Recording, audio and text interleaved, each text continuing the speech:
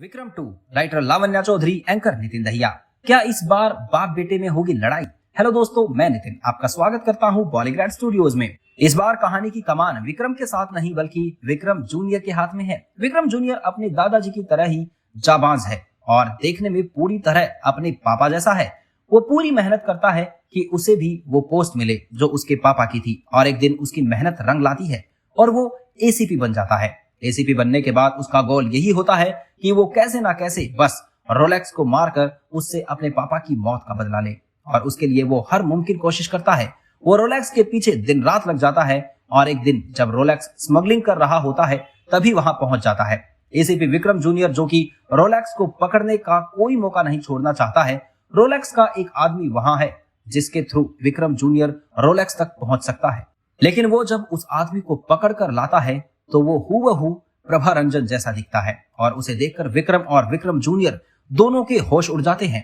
अब यहीं से कहानी फ्लैशबैक में चली जाती है, जहां सब सोच रहे हैं कि प्रभंजन मर गया, लेकिन जब रोलेक्स ने उसे मारा था तब वो मरा नहीं था। रोलेक्स ने उसे वहां से उठा के अपने पास रख लिया और उसका इलाज करवाया। क्योंकि प्रभंजन के सर पर चोट लगी थी, इसीलिए रोलेक्स समझ गया था कि उसकी याद चली गई है और उसका इस्तेमाल किया जा रहा है।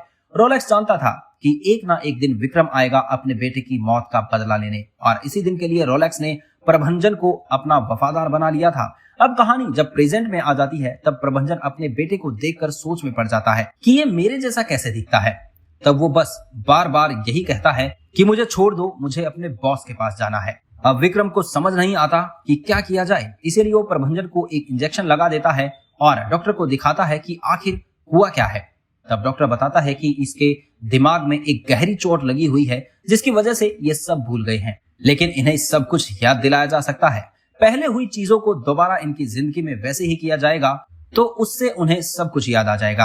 अब विक्रम जूनियर और विक्रम दोनों ही रोलेक्स से ध्यान हटा के अपना पूरा ध्यान प्रभंजन पर लगा देते हैं। यही तो चाहता था रोलेक्स भी, और जब उस पर घोस्ट स्क्वाड का ध्यान नहीं है तो वो खुलेआम अपना काम कर सकता है और कोई उसे रोकेगा नहीं। अब प्रभंजन को जैसे ही होश आता है वो विक्रम जूनियर पर हमला कर देता है। विक्रम जूनियर अपने पापा से लड़ नहीं सकता, लेकिन खुद को बचाने के लिए वो भी हाथ उठा देगा और यहाँ होगी एक लेजेंडरी लड़ाई। इसके आगे क्या होगा ये हम आपको अगली वीडियो में बताएंगे। धन्यवाद।